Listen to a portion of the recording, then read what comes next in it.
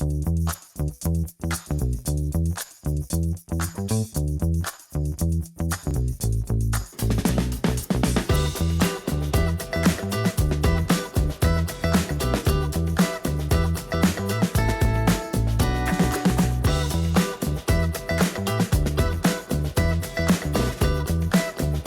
right, guys, I have got Rick here from the US, and he is excited to share today a little bit about his experience and the success that he's had within the Divi space, the wonderful world of WordPress. So, Rick, I just want to say thank you for your time. I know people are going to be eager to hear about how you've utilized the Divi, yeah, there's one of those mistakes. How you've utilized the Divi ecosystem to build your business and, you know, kind of look to the future and see what you've got going on and give some advice to the folks out there. So why don't you start with who you are, what you do, what your agency's name is, and let's go. All right. Well, hello, my name is Rick Warda. I'm the owner and president of Suite Edge. That stands for a suite of software and services for your competitive edge. Because we have a whole team that does different things for marketing and web development. And then we also have developed some of our own, like CRM-based type software to help you, and KPIs and stuff to help your business grow. Yeah. Been in the space for a long time, mid-2000s actually. So probably over 15 years, almost 20. Yeah, that's pretty good time span. That's a long time. Yeah, I started young. Yeah, nice. I went through a few different journeys in there. You know, started with database programming, learning Microsoft Access, getting the VB, to getting into the web stuff. Yeah. I was around 2007. I got into e-commerce with a friend of mine. Woodland Direct was that online store, which still is there and the leader in America for its space, for anything that burns, fireplace, wood stoves, chimney pots, any of that stuff. And within about 7 years, we became the largest, actually not even online, just the largest retailer in 2 or 3 categories: fireplace, glass doors, and a couple others. So I was with them till about 2013, end of 2013. Left there, moved down to Florida, took a couple years off. I had money to do that at that point. I was VP of that, and decided what the next chapter was. And I was originally thinking of I had a lot of dozens and dozens, actually probably a couple hundred, of people that I was going to do just consulting with and help. Because I'd also done some beta testing with Google. They actually chose us to be one of 1,500 companies globally to do beta testing for them. So I learned quite a bit about their SEO and really, you know, even the pay-per-click world. There was a lot that we learned in there. So after that, it just kind of evolved. You help somebody, and then you end up helping somebody else. It just ended up making a business of it with the stuff that, you know, it just evolves. And I kind of, deep in my heart, like I knew that was going to happen. I just didn't know when I was going to start it. And it just started. So that was like 2000. I was probably 17, 18, somewhere in there when that really started to start ramping up. I was doing some videos at first, like training videos and things that I was thinking of going and training and selling, but it just ended up turning into an agency that I just love. We got a great team, great clients, and that's where I am today. Yeah, that's awesome, man. How big is your agency right now? About 7 of us, plus 2 or 3 that we have a few people that are like part-timers or on call. So I mean, I could say we've got 8 or 9, but core people, Awesome, and we're primarily, you know, we're in the US, based over here. We're in Florida. In Florida, awesome. I mean, Miami Beach is maybe one of my favorite places on the planet. So. That's just across from, we're just as low as Miami, but we're on the Gulf of Mexico side, not the Atlantic Ocean side. But sick. Okay, cool. Yeah, so it looks pretty nice out here. Like, we can show you. All right, yeah, give us a little look. Let's see. We got some palm trees out there. Palm trees for days. Jeez. Yep. Nice, man. Nice. That's on my balcony there, so that's pretty nice office. Oh, man, I'm doing it all wrong, dude. Wow. Awesome, man. Well, okay, so you started quite young. You started with a little bit more of the hardcore stuff, database programming, the SQL stuff, and then you went into like a little bit more of the advanced stuff. So what brought you to WordPress? What appealed to it for you? And then obviously, more importantly, since we're in the Divi world here, what brought you to Divi? What turned you on to it? And how did that story evolve? That's a really good question, because that's like later down the road. Before I resisted WordPress for a while. We're, you know, talking back like 2011, 12. And when I was with e-commerce, it was so big that when we started out with a small thing, I can't remember, it was like storeinbox.com. But we went to, and then we eventually migrated into NetSuite, which is very large, like $1,500 user fees and stuff a piece. I didn't really want to go down that route. I wanted to be able to help the startup companies all the way up to mid-market, but not really enterprise level. Yeah. I wanted to take on companies that really I saw potential that they could really grow and that we can really help them. So all the things that I knew to make a business successful, I wanted to take on ones that weren't doing that. And it kind of fell into that. I would say anywhere from small businesses that do maybe $500,000 a year to as much as maybe 5 million top. So it's like that small to mid-sized market. Although we do work with some startups, and we even do some stuff just to bless some people as well. Right. Because it's hard to run a business when everybody's a starving startup and no one can even pay you. Yeah, exactly. That's the deal. Yeah. But through with, like I mentioned before, the stuff that I've done with Google and the things that I've learned, WordPress really was our best choice for SEO. And we even tried the others. I tried the Squarespace, and which was actually coming on the scene. It was kind of new, but Wix was already around. Wix is I think they're out of Israel. And what I liked about Wix was that they have their own language for programming, their own database. You can almost build like little apps in there, but you got to learn another whole language. But man, we had Wix sites, and we had Wix sites that clients came to us that were never ranking. We've done everything that I know to do for SEO. So we start rebuilding the site in WordPress, and while we're rebuilding it in a sandbox with a still public, but a cryptic domain that we only know. Right. It's already like ranking. Like we're ranking up we type in the business name, and it's even showing up on the first page of Google on pages that were in development, because these are things where there's not a lot of competition, of course, but still, Wix is never to be found. Now, I hate to diss Wix and Squarespace. They have their worlds that are good. They're getting better. That is probably not very technical. That needs to come. Yeah. It has this thing themselves. I think if you want to do it yourself, it's okay. I mean, I thought Wix was so easy. I was really loving it for a while, thinking, man, the creative side of me, I can do stuff. But it didn't take long before I'm like, oh, wait a minute. There's a finite amount of tools here, a finite amount of controls. There's like 50 things. That's not a lot. I mean, with WordPress, there's 50,000 things I can do to a website, and everybody's making stuff for it. Yeah. So I love the canvas. If you can think it, there's a way to do it inside of WordPress. You can even go, you can even just make it your own, make an app out of it. And we do that quite a bit for our clients. Yeah. Hence the name software and service. So that's another thing is we like to build. We don't want the websites that we got this way with Divi is. We didn't want the websites to just be glorified, beautiful brochures. We wanted them to include some sort of business process, like click here to schedule, to buy this, to order this, to fill out this form and schedule to rent one of these, and like a Hertz rental car or something like that. So we have ways of doing all that in there. Yeah. Aspect, not like a pretty exactly thing, like you said, because it becomes part of because what's going to inevitably happen, I'll say this for all the agencies out there, you can't control completely like the ebbs and flows of the market and the economy. So inevitably, the phones are going to probably slow down before they come back up.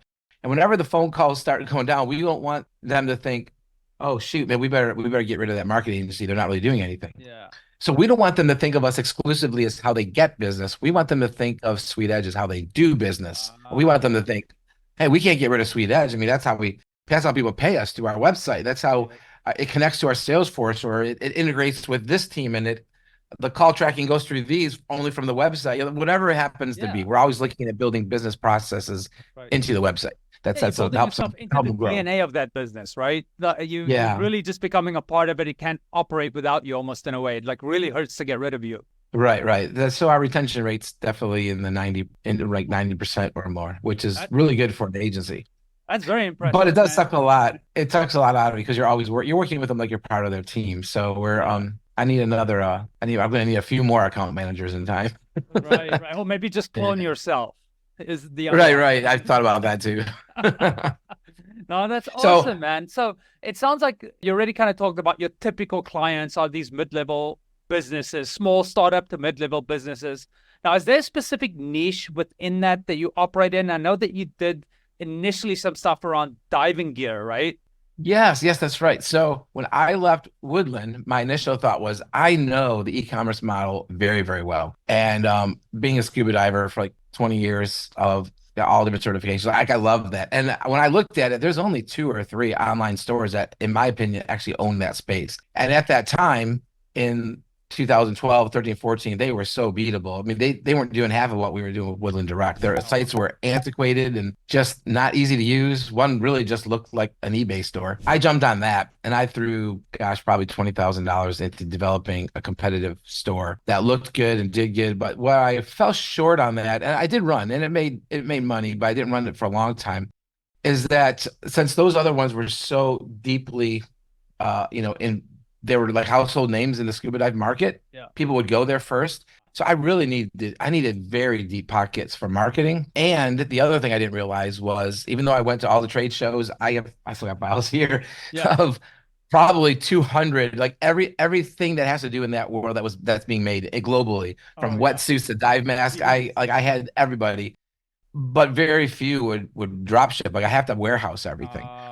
And I really wasn't thinking about that at the time, because since Woodland Direct, everything is so big, so many products, like 100,000 products, and most all of them are drop ship. Our warehouse was small, it was maybe 5,000 square feet. So not only did I need 6 figures for marketing and 6 figures for warehouse, I'm like, do I want to go there? Exactly. And I'm going to have to borrow, and I just didn't, at that time in my life, I didn't want to go that direction. Okay. So I kept it small for a while and ran it until I ended up stopping that, took some time off, kind of rethought, got married, and a lot of things had changed in my life, and then started this business here. And so when I got into this business, he's wanted to know about the types of businesses we take care of. I would say it's kind of divided into two. There's the local businesses, which could be like an AC company, a mold remediation company, a dealership, maybe even a manufacturing company. Because manufacturing companies have B2C, and we have different things we do for that. And then the other side would be e-commerce. And it was right around 2019, I really wanted to focus on e-commerce, because I knew the business. I knew they're bigger businesses. There's a lot more that they would rely on our team for than just a local business. And at this time, we were already deep into WordPress and developing all kinds of stuff. So I wanted to get, how am I going to do e-commerce well in WordPress? Because I haven't seen a lot of it's WooCommerce, basically. I haven't seen a lot of WooCommerce stores that look enterprise level. I'm like, if I can make it look enterprise level and perform enterprise level and have the functionality and faceted search and things, then we can stay in our wheelhouse and we can compete, and we could do a lot. And not just that, right? You can start charging enterprise prices to the clients, because you're there's that too. that is on that level. So it really, you're talking about tools that take you there. It really is an investment in your business. Like that's how we look at Divi Engine. We've got a lot of tools that we use but we view it as an investment. Different reporting tools to help us analyze our revenue and customer feedback and all this different stuff. So tools are definitely one of the biggest things that I can contribute. And kind of like what you're talking about, the service that you offer is being part of that DNA. These things do become part of the DNA of the company and the health of the company. And it's really hard to move away from those things. Yeah, that's definitely true. And so we could, like you mentioned before, you could charge more, because the clients, they don't know the differences between platforms and such. They just know what they're looking for and what they need. And so, the cost to get in a flight is less, but you have to do stuff to make it look good. In my opinion, I know what the different platforms look like when you're going into something like NetSuite or Demandware, Magento, and then like, oh, that's a WooCommerce site, I can tell. However, WooCommerce still is the largest market share in both the e-commerce and just websites in general. I think 40% of all the websites are WordPress based. Wow. And so I know that we were going to gain in the SEO world if we kept it in WordPress. And then, myself and other programs, we already know those languages to really develop something. We tried some stuff with Oxygen, because we thought it would be faster, but we're like, no, we really want to use the Divi tool. So we started looking for plugins to make an e-commerce store look like an enterprise level store without having to spend months of coding. And that's how we came across Divi Engine. And we're like, back to Brandon, my developer at the time, he's like, check these guys out. They're out like on the other side of the world in like Europe or something, or England. But look what they got. And so we're digging through there. I'm like, that looks awesome. I'm like, buy it. Let's just buy it. Let's try this. Awesome. So it was called BodyCommerce, and it was exactly what we were looking for. We wanted to be able to use like the Divi library to create the cards Right. and have them go through loops Yeah. and change it how we want it to work. Yeah. And so we started programming that out, building it out. Clients Yeah. were really, really loving it. We even had some ideas of blending some things together or having this work with a global search. Yeah. We reached out to Divi Engine and their support was fantastic because if something didn't work, we would just log in, give them our code, show them what we're doing, and then they would come back and either they would help us or they would say, hey, this is an opportunity for an enhancement. Yeah.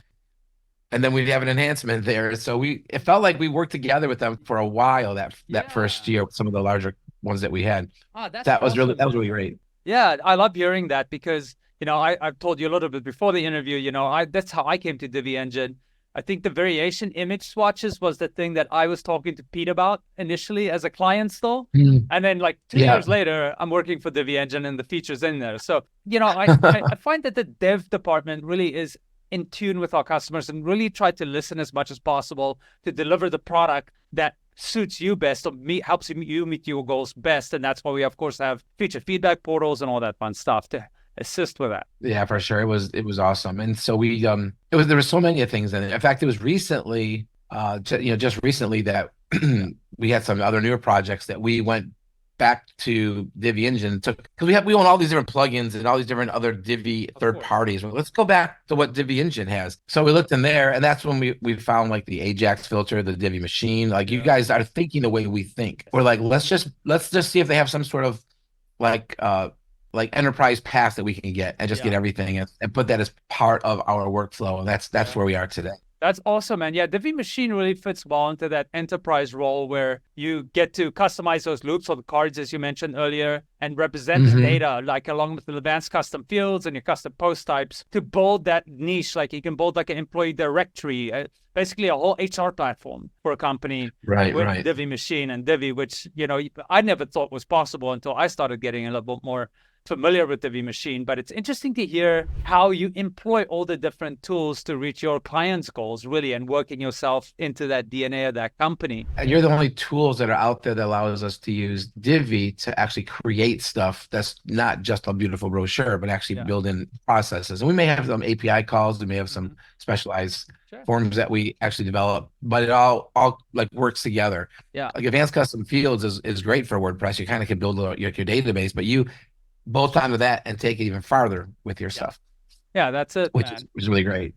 No, that's awesome. Now, I know that you're going to be sending me some awesome sites to showcase that you and your agency have built. I'm going to be having them up on the screen all over the place, but I will start winding things down. But what I really want to hear from you is in this journey that you've taken since the early 2000s, you started really early.